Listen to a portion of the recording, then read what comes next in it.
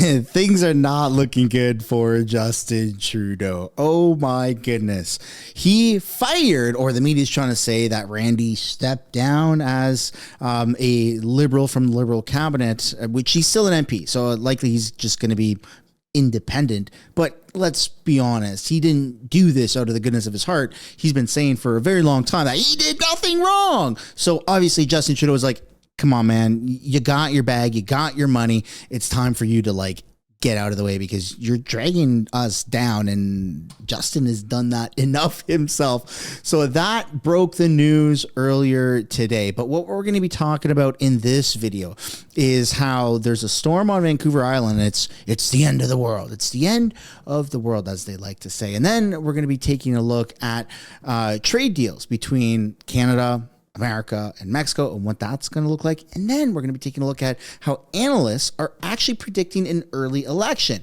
Not necessarily before Christmas, because there's only like a month of actual parliament time before Christmas break, but early 2025. And they are 100% certain that it will happen before the next scheduled federal election. And then we're going to finalize things with question period highlights that you may have missed from earlier, where Pierre Poilievre does this hilarious thing where he talks to Justin Trudeau like he is a baby. Welcome back to the channel. Welcome back to another video, everybody. Before we get into it, I do want to encourage you all to smash the like button and subscribe if you haven't already. It does tremendously help grow the channel. And without further ado, let's just jump into it. Next up, we have some weather. Some weather on Vancouver Island. Look, I lived in a van on Vancouver Island. No, not down by the river. Down by the ocean. The times are new. Times are new. And I got to see so many times this time of year, you had, I mean, insane amount of storms. Like I would be parked on the road and the waves would be splashing on my van, and it was awesome. It was totally awesome to go to sleep like that. There was always the fear of, if I wake up, am I going to be in the ocean? Is driftwood going to knock my van over? Is it going to dent my van? Am I going to die parking right next to the ocean? I certainly lived life a little bit on the edge. But what we're talking about right now specifically is a bomb cyclone. That's the wild weather in British Columbia, specifically on Vancouver Island, or hitting the west coast. So here we go. Let's take a look at this. Trying to understand all of the terms coming out of the world of weather, and with a storm expected to hit the BC coast later today, it becomes all the more important. CTV meteorologist Kalen Mitchell is standing by. Kalen, walk us through what we need to know. Thank you very much. And to begin with this definition of what a bomb cyclone is, we're just going to recap quickly what pressure in the atmosphere is. Now, we've probably all heard of high pressure systems and low pressure systems. High pressure systems typically tend to be our sunny, fair weather systems, and low pressure systems are more inclement weather systems, rain, snow, gusty winds. Now, when the pressure gets low enough with those low pressure systems, then they become stormy. And our most intense storms typically drop to a pressure of 970 millibars or lower.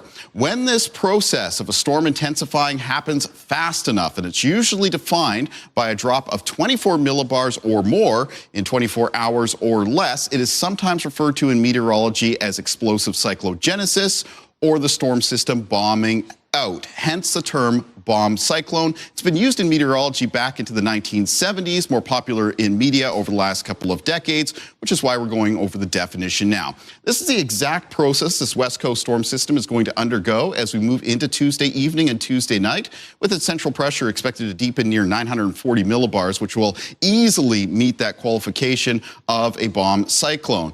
And as it drives a very strong pressure gradient into the coastline of BC, that is going to create some very strong winds with exposed coastal areas of Vancouver Island, parts of the central coast, and maybe up towards the Haida Gwaii Islands, potentially getting into some gusts between 100 and 140 kilometers per hour.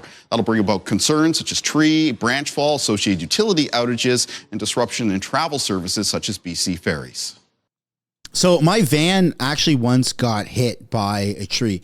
I was driving from Sombrio Beach on the west coast of Vancouver Island down to Souk over to Victoria. And a tree fell because of the weather. It was around this time of year several years ago. And a tree collapsed, and part of the collapsed tree snapped off and bounced off the front hood of my van. Now, luckily, the van that I was traveling in, that I was living in, was fully Line-X, and so I think it did more of an owie to the tree than it ever did to my vehicle, which is part of the reason I got a fully Line-X camper van to begin with. Totally badass, very insulated and bulletproof to a certain extent, so kind of neat, and a treat proof, right? And they didn't call it a bomb cyclone. It was just weather. It was just like, hey, today's a stormy day. And a lot of people would be like, oh, well, let's stay away from the ocean.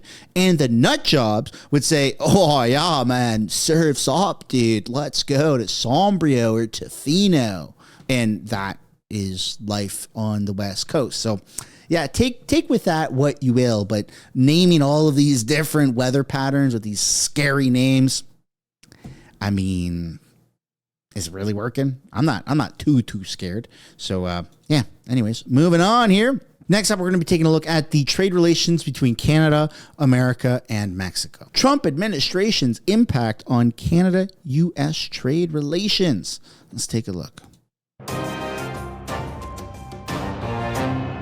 We have, right now, a very successful free trade deal with the United States and Mexico that was negotiated and signed by the incoming American president. So we're in a good place right now. There are questions and concerns around some of the Chinese investments in Mexico, things that I highlighted directly with the Mexican president. But I also pledged that we're going to be there to work to ensure that North American trade continues to stay strong. Prime Minister Justin Trudeau there when asked about calls from both Ontario and Alberta's premiers to cut Mexico out of any trilateral free trade agreements and instead pursue a bilateral one with the U.S. That response comes as U.S. President-elect Donald Trump taps Howard Lutnick as his Secretary of Commerce. Lutnick is going to have a key role in shaping U.S. trade policy in that portfolio, which also has a big impact here in Canada, given the U.S. is our biggest trading partner. So let's talk about that with our front bench. Brian Gallant, Lisa Raitt, Tom Mulcair, and Rob Benzie are back. Brian, I'll start with you. Let's start on the question of Mexico.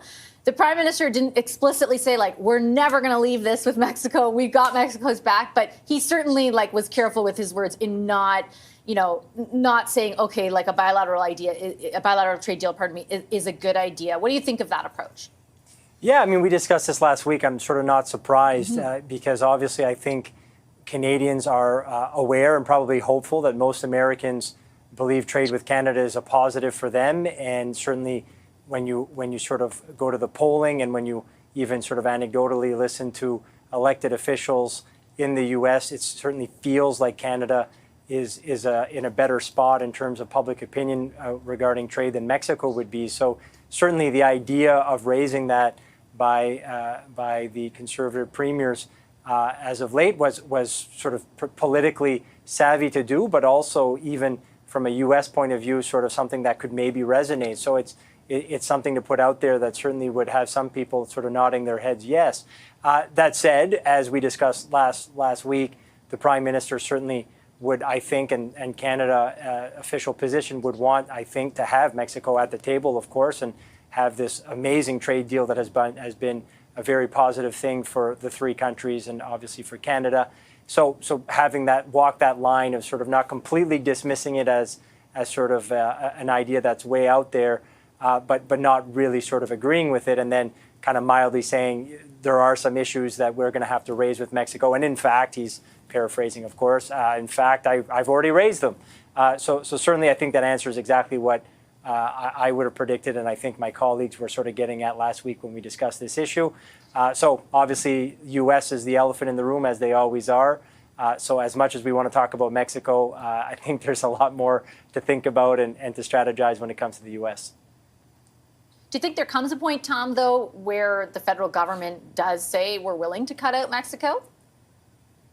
Yeah, I think that Mr. Trudeau is pretty well there in his own mind, but he's being very diplomatic and super careful.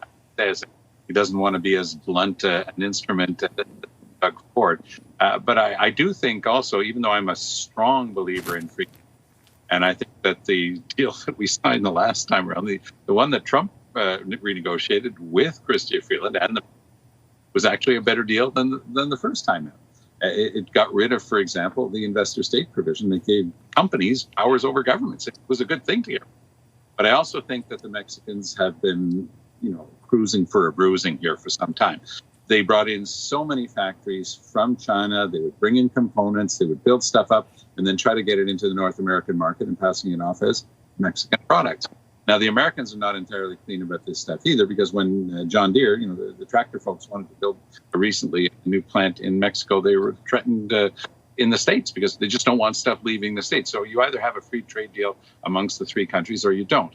And I think that Canada can probably play the peacemaker here, but I think that Mexico is going to have a mea culpa moment when they realize that they've been playing fast and loose with the rules, because there are rules in trade deals.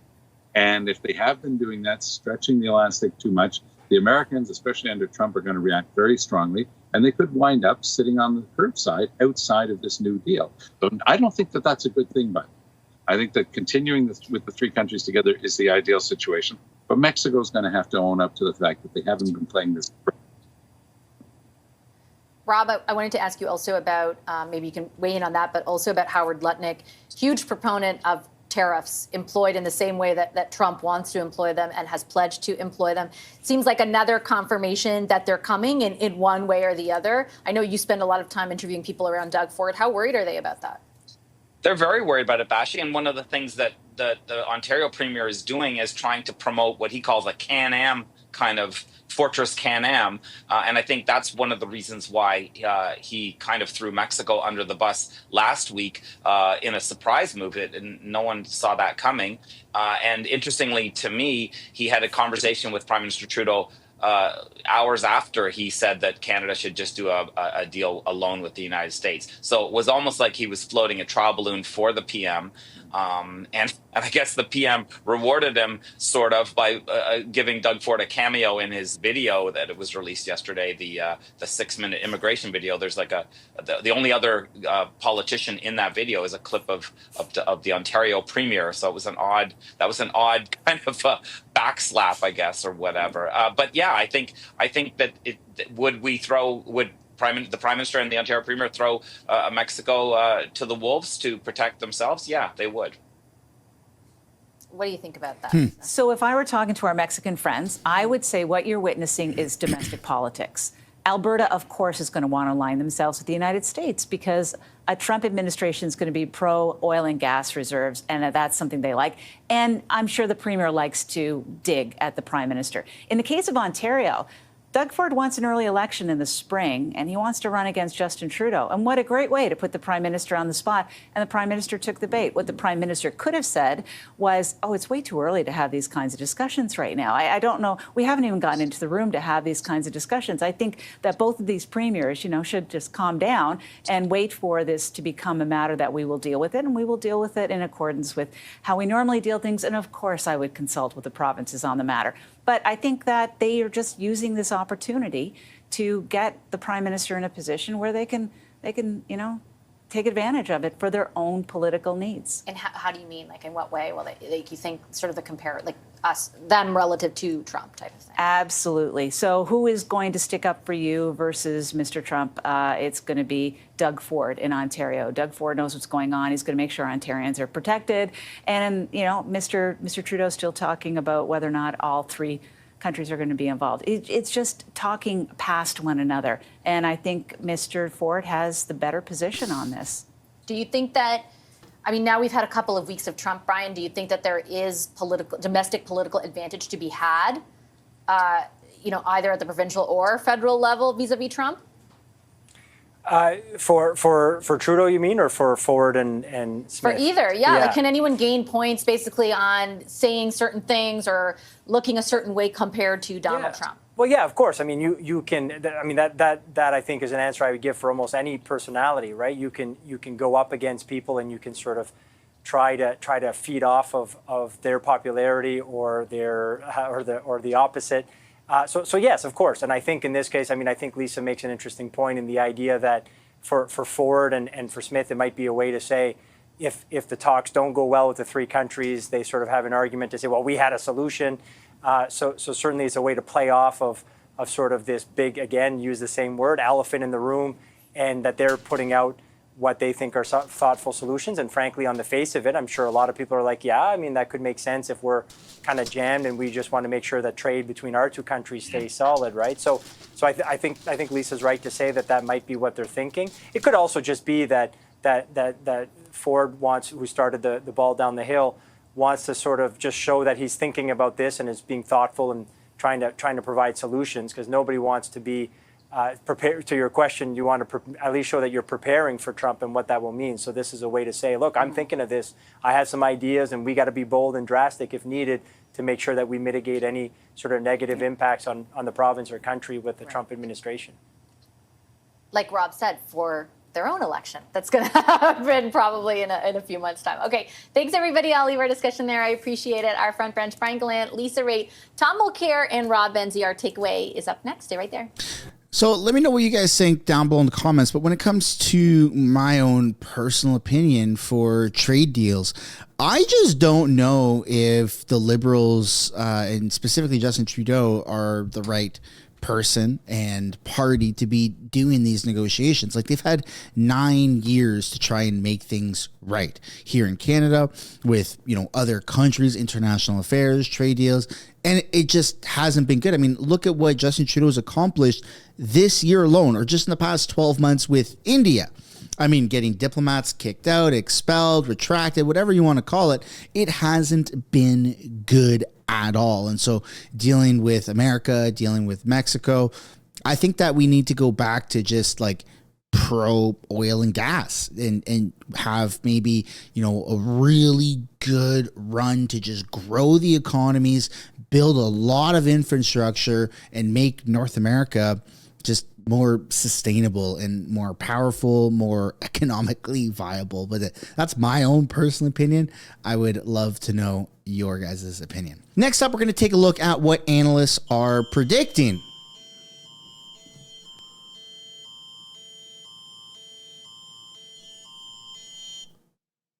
What the hell was that? Emergency alert. This is a test of BC emergency alert system. Okay. Next up, we're going to take a look at what the heck is going on with analysts and how they're predicting an early election. I feel like I should probably edit that part out that just happened, but I'm just going to keep that in there because that was kind of weird. Analysts predicting an early election. Who would have thought that? Let's take a look. Welcome to CTV News Trendline with Michael Stittle and Nick Nanos. Do you think the U.S. election outcome makes it more or less likely we will see an early election here in Canada? Well, it'll still be earlier than the fall of 2025. I think that's for sure. The fact of the matter is it's hard to see the Liberals surviving a budget in the spring.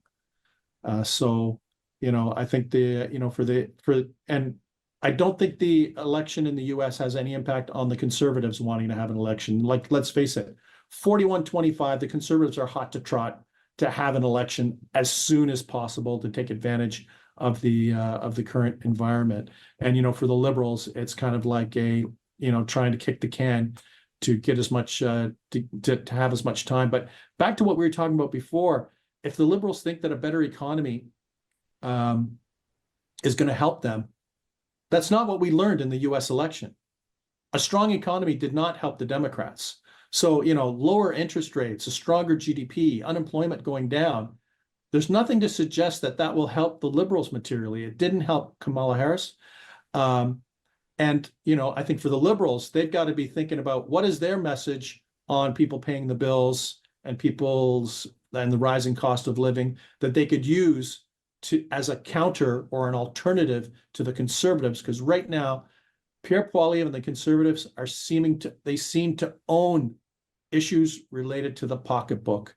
And that's a significant advantage for them. Analysts, there you go. Analysts believe that there will be an early election. Now, will it happen before Christmas time? Will it happen before they take off for Christmas? I mean, I don't know. There's less than a month before they take off for Christmas. But will it happen early 2025? Again, I don't know. It's a lot of money to do I think it's a little bit more money to do a snap election, early election versus a pre-scheduled election, but nonetheless, it's still a lot of money regardless. But you never know. I mean, a lot of people are speculating that once Jagmeet gets that golden pension, then he's going to call it. Will they ride it out for the remainder of 2025 till the fall? I don't know. But I think that the longer, my own personal opinion, I think that the longer they wait, the longer that Justin Trudeau waits and the Liberals wait, the worse it's going to get for them. I do not think, unless there's an insane controversy, 4, 5, 6 days in a row where Pierre Poilievre does blackface in Parliament, then it might even the odds, maybe. But again, we still don't know how many times Justin Trudeau did it. So how many times can Pierre Poilievre do it and still be Prime Minister? That's the question. That's a great question. I don't want to find out. I certainly don't want to find out. But I do think that there's a lot of wiggle room for little mistakes here and there. And if I'm being totally honest, I really haven't seen the Conservatives make a whole lot of mistakes. They really have not. There's been some things that I don't agree with as an individual voter, such as how much we've given to Ukraine in terms of grants for fighting that war. But that's an opinion thing, and there are a lot of conservatives that actually agree with supporting Ukraine. I personally don't think we should be doing as much as we are, but hey, that's the beauty of our own opinions. Just like bumholes, everyone's got one. And finally, we're going to wrap things up with the Question Period highlights, where Pierre Poilievre speaks to Justin Trudeau like he's a widow baby. Here we go. Here we go, Pierre. Once again, all comments must be addressed through the speaker, but I know that he wasn't really speaking to the speaker himself. The Honourable Leader of the Opposition. He's now admitted that the immigration system is broken after 9 years of his government. He blames bad actors. So let's put our detective hat on and find out who those bad actors were. Who was the head of the federal government that increased permits for temporary foreign workers by 154%? Who was the head of the federal government that issued 211% more permits for international students and a population growth plan that boosted growth by 300%? Wow. Can we identify who was that bad actor? Aggressively passive. I love it. The Right Honourable Prime Minister. Mr. Speaker, following a pandemic that had devastated our economy in a short-term way, Canadians needed and businesses needed extra support, so asked for more temporary foreign workers, asked for more international students, and we gave them. Our economy grew. Our economy got back faster than the United States, got back faster than many other countries of the world. And then we're now in a different situation where we've had to step up and reduce immigration numbers to make sure that our housing issues can catch up. This is what a responsible government does. It puts forward solutions that are right in the moment and corrects them when they're no longer needed. The Honourable Leader of the Opposition. I don't think we found the bad actor yet. He blames it on labor market needs, but the biggest growth happened in non-labor market immigration. For example, he boosted permits for international students by 211%, and refugees by 726%. That has nothing to do with filling job vacancies. And when it comes to temporary foreign workers, he allowed more to go to places with already high unemployment. So once again, who was the bad actor that made these terrible decisions? Yeah, man. Yo, Pierre is good at what he does. Prime Minister. He's good. These little performances that the Leader of the Opposition... Oh. The Right Honourable Prime Minister from the top.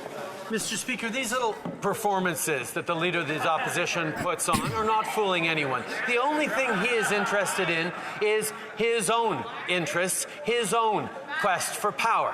He is not asking he's asking his MPs to not be strong voices for their communities, including in communities that are relying on the investments in their housing so that they can respond to growing populations and housing pressures caused by increasing population. These are the things we are busy solving, but he would rather muzzle his MPs in order to look good when he's doing his little show. The Honourable Leader of the Opposition. Mr. Speaker, he's not helping us find the bad actor. You know, it's like there's been someone else running the country for the last 9 years. The system has come crumbling down. He claims that he cares about housing, but on that subject, maybe we'll ask him this question. Who is the head of the government that was warned by its public service 3 years ago that increasing population growth by 300% would cause the massive housing shortages that we see today?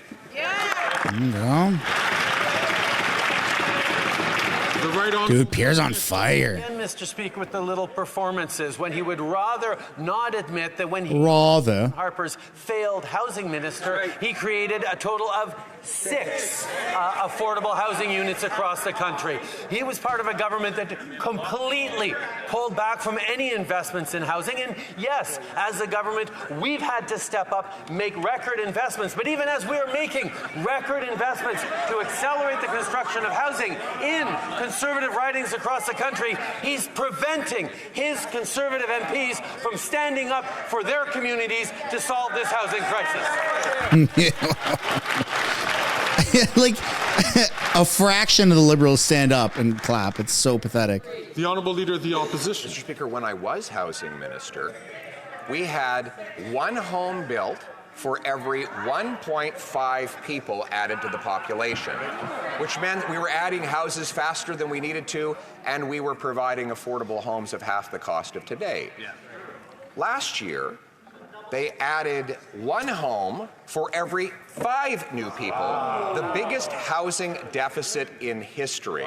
So once again, who was the bad actor running the government that was warned by its officials that all of this out-of-control population increase would cause a housing shortage?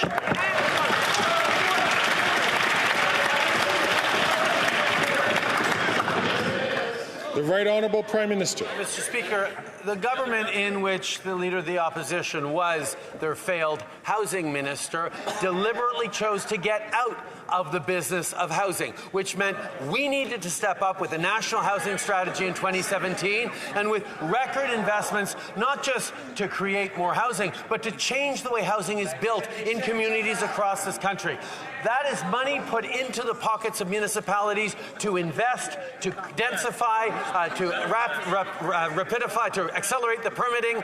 Money that he's promising to take away, that his MPs are trying to speak out to defend. The Honourable Leader of the Opposition. Mr. Speaker, when I was housing minister, housing was half the cost. When I was jobs minister, I actually cut down the number of temporary foreign workers to make sure Canadians got the job. But the bad actor he's referring to is the same head of government that allowed 211% more study permits for people who weren't supposed to be working. He allowed 154% more temporary foreign workers while Canadians were looking for jobs, and 726% more refugees. Mr. Speaker, if he wants to know who is the bad actor that broke the immigration system, why doesn't he do what he loves to do the most? Look in the mirror. Woo-wee! There you go. Put some W's in the chat for that one. That one was a good singer. The Right Honourable Prime Minister. Mr. Speaker, the irony of this, as the Leader of the Opposition likes to rhyme off facts and figures, is he won't even take a briefing that will allow him. Here he goes. The same song and dance. Facing this country. This company, he just called Canada a company. Not admit to. He has refused to get his security clearance. He has refused to take the briefings necessary to keep Canadians safe. So anytime he chooses to rhyme off facts and figures, we know that he is not actually caring about Canadians, he's caring about himself. I have The Honourable Leader of the Opposition. The Prime Minister is just off another bonanza of high-flying, high-carbon, high-taxing hypocrisy. This time on a trip to Brazil, he dripped with condescension for Canadians struggling to pay their bills. He said, it's really, really easy when you're in a short-term survive. I've got to be able to pay the rent this month. I've got to be able to buy groceries for my kids to say, okay, let's put climate change as a slightly lower priority. This is the Prime Minister who burns 100 tons of jet fuel and releases 100 tons of greenhouse gases. When will he stop the high tax hypocrisy? Yeah. The Right Honourable Prime Minister. Mr. Speaker, Canadians are facing global challenges right now. As much Shut the hell up. We're facing a Trudeau challenge. His head in the sand. Global inflation, climate change that is impacting everyone around the world requires us to be working together, standing up for peace and justice on the world stage, standing up for women's rights, standing up for opportunities for the middle class. This requires us to work together, something the Leader of the Opposition can't do. He can't even work with his own MPs. He has to muzzle them. He is not letting them be voices of their community. None of his MPs are muzzled. It's the real colors of this Leader of the Opposition. None of his MPs are muzzled. Fake news. Never been faker. The Honourable Leader of the Opposition. Order of his caucus wants to fire him, Mr. Speaker. Why?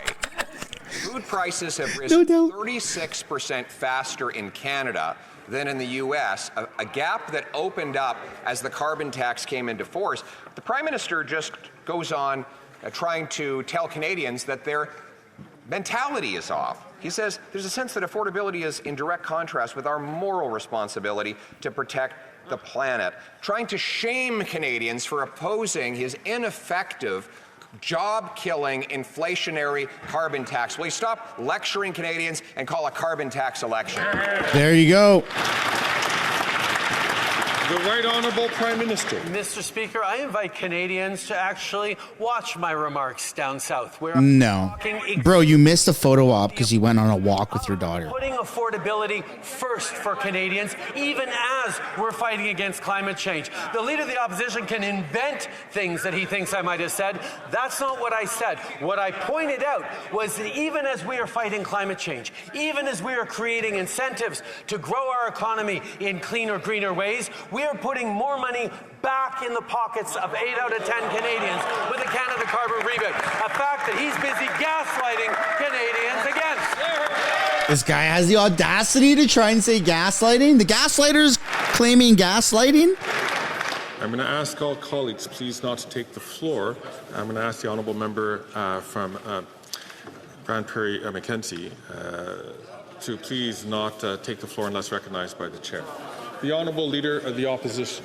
Mr. Speaker, this Prime Minister has gaslit Canadians so much that Environment Canada has to do a recalculation of the carbon emissions that have come from the lamp.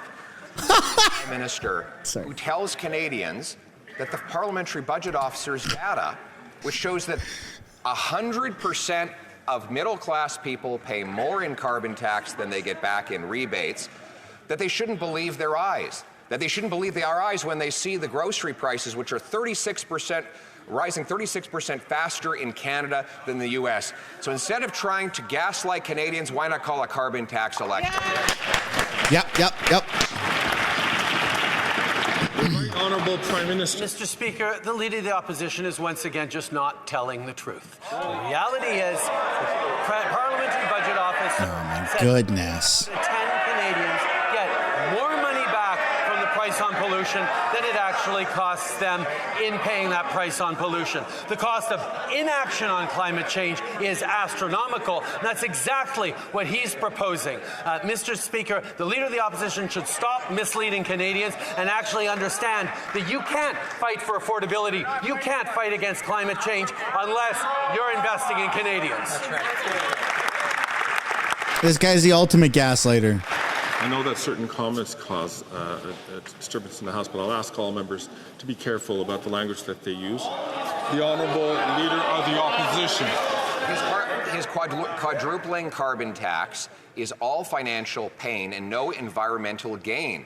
Today we learn that Canada, after 9 years of this Prime Minister, now ranks 62nd out of 67 countries for the Climate Change Performance Index. The Prime Minister says the Canadians starving or lined up at food banks should congratulate themselves for the fact that his tax has made us 62nd.